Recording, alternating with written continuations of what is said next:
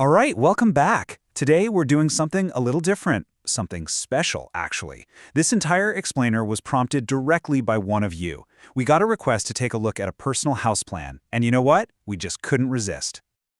I love this. So simple, so direct. A viewer sent in their architectural plan and just asked for our take on it. Well, challenge accepted. Let's dive in and really break this blueprint down and see what kind of story it's telling about a future home. Okay, so with any great design, you've got to start with the big idea, right? Before we start walking through every single room, let's just zoom out for a second. Let's find that fundamental philosophy behind this entire property. What's the main concept driving this layout? So, let's just get the basic stats down first.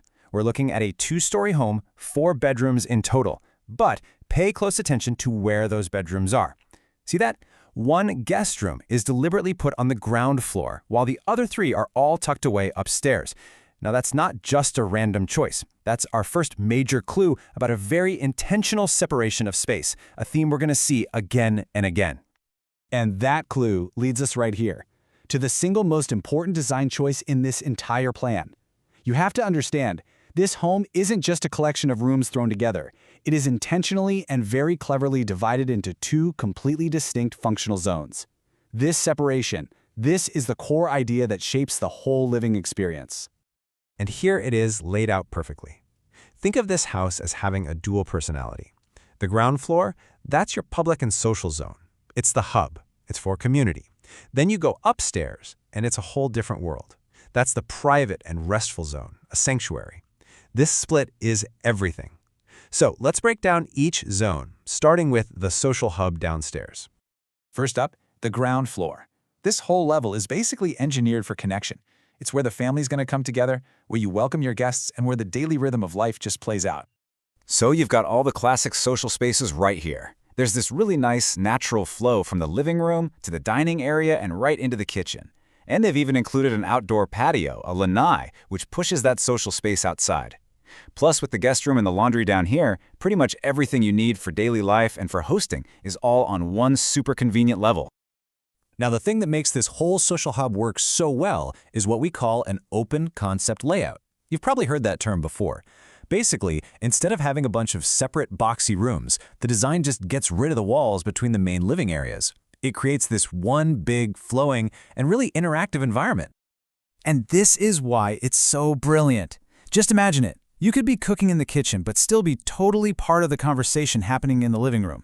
Or you're hosting a dinner party, and your guests can just move freely between the dining table and the patio outside.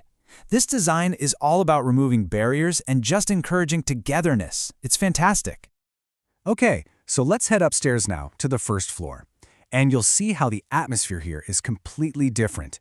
If downstairs is all about community, upstairs is all about personal sanctuary and quiet retreat.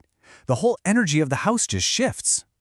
Up here, the focus is clearly on rest and privacy. You've got the master suite, 2 more bedrooms, and, really importantly, a separate family area. And this isn't just some landing or hallway between rooms. No, this is a second, much more intimate living space just for the residents. And look at how they've created this clear hierarchy of personal space. The master suite is a true retreat. You know, it's completely self-contained with its own bathroom and walk-in closet.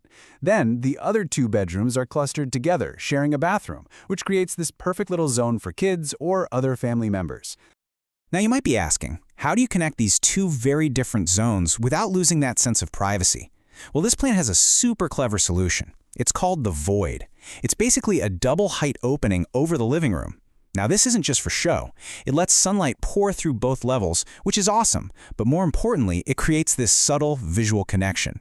You can be in the quiet family area upstairs and still hear the gentle hum of life from below, so you feel connected without having to be right in the middle of everything. It's so smart. And that's the crucial part. This upstairs family area acts as a brilliant buffer zone. It's a semi-private lounge just for the family, a place to watch a movie, read a book, or just unwind, away from the more formal public social hub of the ground floor. So, we've looked at all the individual pieces. We've seen the open concept downstairs and the private rooms upstairs. What's the big story here? What does this blueprint tell us about the kind of life it's actually designed to support? It really comes down to this 3-act story. Act 1 It establishes this vibrant hub for connection and community on the ground floor. Act 2, it creates a peaceful sanctuary for rest and privacy up on the first floor. And then, for the finale, through clever features like that void, it weaves them both together into a totally cohesive design for a balanced life. And that's really the ultimate takeaway here.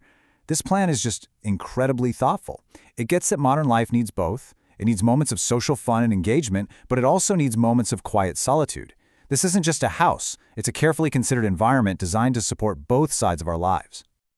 You know, at the end of the day, an architect can only draw the lines on the page. It's the life that's lived within those walls that really turns a house into a home.